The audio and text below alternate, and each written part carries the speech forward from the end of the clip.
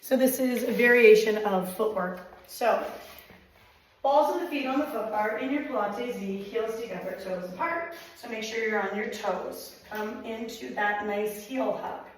Good, so a variation could be, instead of the Pilates V, which, what did you call it in ballet? First position? Ballet first position. Ballet first position.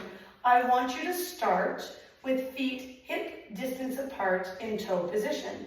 So your feet are in parallel, heels are in line with the hips, knees are in line with the hips, everything's in line with the balls. Dig into all 10 toes, send the carriage all the way up, and all the way in, and all the way up, and all the way in. Now stay all the way out at the wall. Bend the knees, scoop the abs, close halfway. Hit your 50. Pulse a little up and down for 10, 9, 8, 7, 6, 5, 4, 3, 2. Go all the way up to the wall. Inhale the wall. Exhale, come all the way home. So now we're in parallel, right? It's a variation or a modifier. But the pulses are for sure a variation. You can pulse them anywhere you want. I stay with the 25, 50, 75. You can pulse them wherever. You could say pulse 1/5 out, 2/5 out, or you could climb them up, climb them. When you're in a variation, please remember it is contemporary and you have the freedom to be creative. In another word, I could say you can make that shit up. There's no contemporary police.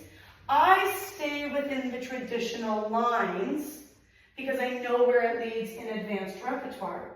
But there would be zero wrong. You're saying push out a little, guys, hold, do it. Push out a little, hold. Right where you are, I want you to pulse for 5, 4, 3, 2, push out a little more. Hold, everyone's at different places, right? You could say we are gonna push out for 5 different steps. There's nothing wrong with that. Now come home. So that's a toe variation modifier. Please remember that when you are doing arches and heels and tendon stretch, the classical foot position is feet are touching, feet are zipped together. So in traditional classical for arches, feet are zipped together. But guess what? You can go hip distance. Good, send the carriage all the way out, hip distance. Pull it all the way in. Send it all the way in and out for 5, and 4, and 3, and 2. Stay all the way out for 1. 3 points of activation. Dig your arch into the foot bar. Press your hands into the carriage. Roll your shoulders down and away. Peel yourself up into a long bridge. And lower the bridge. And lift the bridge and lower the bridge. And you can give them 10, you can give them 5, you can give them 8. So much harder. But guess what you're feeling? Your arches. It feels so good. Right? The only problem with this, you have to be careful with people's kneecaps. Right? Because it could, they can really, so you need to make sure that they are in a shoulder bridge. All right, come down. Bend the knees, come all the way in. Why don't you take your arch wider than hip distance? Let's see what that feels like. Good, send the carriage in and out that way. Where are you feeling it? Yeah, keep going. There is nothing wrong with taking a wider stance. It is a variation. Feel like I have more power. Yeah, feels weird. Yeah. I don't like it. I feel destabilized. Yeah, you're like I'm rolling out onto my foot. Yeah. So I just want to I feel like I have I enough don't turn control out in that. with this, Yeah. which is weird. All right, let's move on to heels. Zip the heels together. Good, now take them hip distance.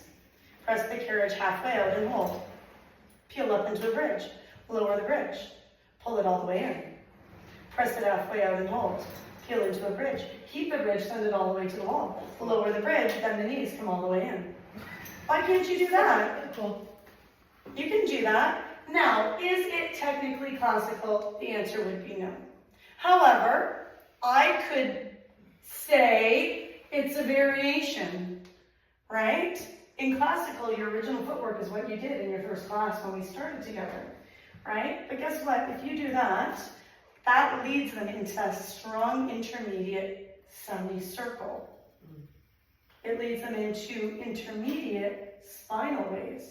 If I see clients that can hold those bridges and heels, aha, eureka, I know who I can advance and when. And as a fully trained, classically minded teacher, I'm always trying to advance my students. I don't care if they're there for a good workout. That's not my business. My business is 3 years from now, are they doing snake? Yeah. That's my business, because I'm classically trained. The progression. The progression, the integration, the assimilation, the spinal intelligence. Yeah. All right, so now listen, heels is a great one for pulses. If you want to add razzle dazzle and you don't want to pulse through all the other footwork, heels is so good because they feel it. Right? Arches, it's kind of hard. I very rarely do pulses and toes. So take the meaty part of the heel into the foot bar, send the carriage all the way out. Bend the knees and close to the 75, so just a little.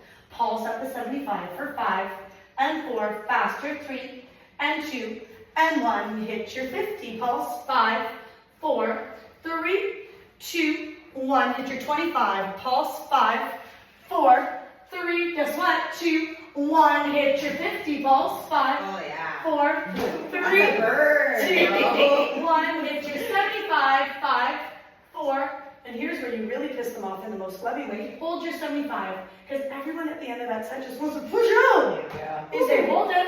Hold for 5, 4, 3, 2, and now go long out to the wall. See how I changed my voice? We will talk about it in teaching philosophy and come all the way home. Now, what I really wanted to get to was the tendon stretch for classical. So I'm just showing you some razzle dazzle. Remember, in classically trained repertoire, once you understand the why, you can off-road when you're teaching. There's no classical place that are going to say, oh, unless you teach this is a classical studio, right? Yeah. I'm very mindful that if I throw some spice, I say I'm brush stroking with contemporary now. I call it what it is because I respect Kelsey's philosophy. And Kelsey even does paintbrush strokes of contemporary, Yeah. right? But if I do it, I call it to life. I don't need to do that, right? Yeah. So because this is a contemporary studio. This is classical. Oh, sorry, that's what I meant. Classical. Does that mean every single class that she does just follows the repertoire and that's 99% of the time, yes, that's it. So it's pretty much always the same. I wouldn't say yes to that statement, and we can talk about it in lecture. Okay, because that's what confuses me. Yes. When it comes to classical, because the repertoire is The repertoire. it's tight. Yeah. So, and if she's not brush stroking with Yeah. as much razzle dazzle, then Yeah. to me it would be like, and you have to keep the same order, would it just be the same order? And it is. Okay. Yeah. And we'll talk about that. Okay. Because what I'm hearing, if I'm reading between the lines, is that going to get boring? Are clients going to like it? How do we continue to challenge the client? That's right. How do we continue? Yeah. Right? And we talk about that on lecture. Okay. Yeah. So it's an excellent point. But now I want to teach you the classical tendon stretch, the two other variations, and the ones that are most often taught. You know that clean classical I taught you, lower lip, bend, close? I do it to keep it clean. Most often that's not the one that's taught. This is the one that's taught. Also the feet on the foot bar. Heels are hugged, high and lifted. Send the carriage all the way up and stay there.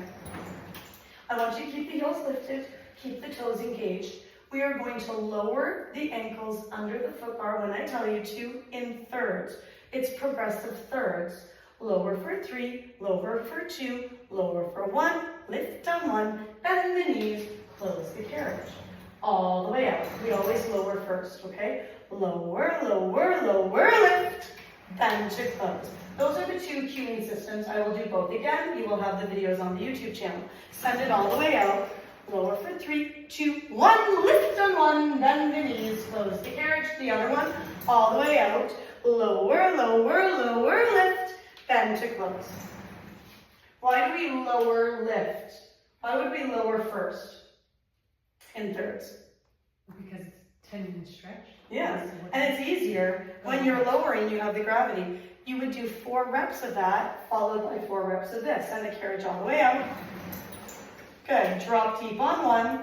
Lift in thirds for 3, 2, 1. Bend the knees. Close the ears. See how much harder that I is. like the variation. Yeah, all the way up. Drop deep on 1. We lift, lift, lift. Bend the knees. Close the carriage. All the way out on 1. Drop deep. Lift for 3, lift for 2, lift for 1. Bend the knees. Close the carriage. So those are the variations. You can either count 3, 2, 1, lift on 1, or lower, lower, lower, lift. I have a tendency to not do the 3, 2, 1 anymore I used to always do it. I'm prepping them for the cues for legs and straps for ab series where they lower, lower, lower, lift the legs. Do you find that the 3-2-1 for some reason causes like the bounce? Yes, And then lower, lower, like keep lowering, keep yes, lowering. and you keep hear lowering. the tone of the voice. Lower, lower, lower, lift. You can hear it in my tonality. Lift high on one. The voice goes high on one. Right? You can hear it. All right, those are the variations. I want you to teach each other those tendon stretch variations, and then we're going to move on.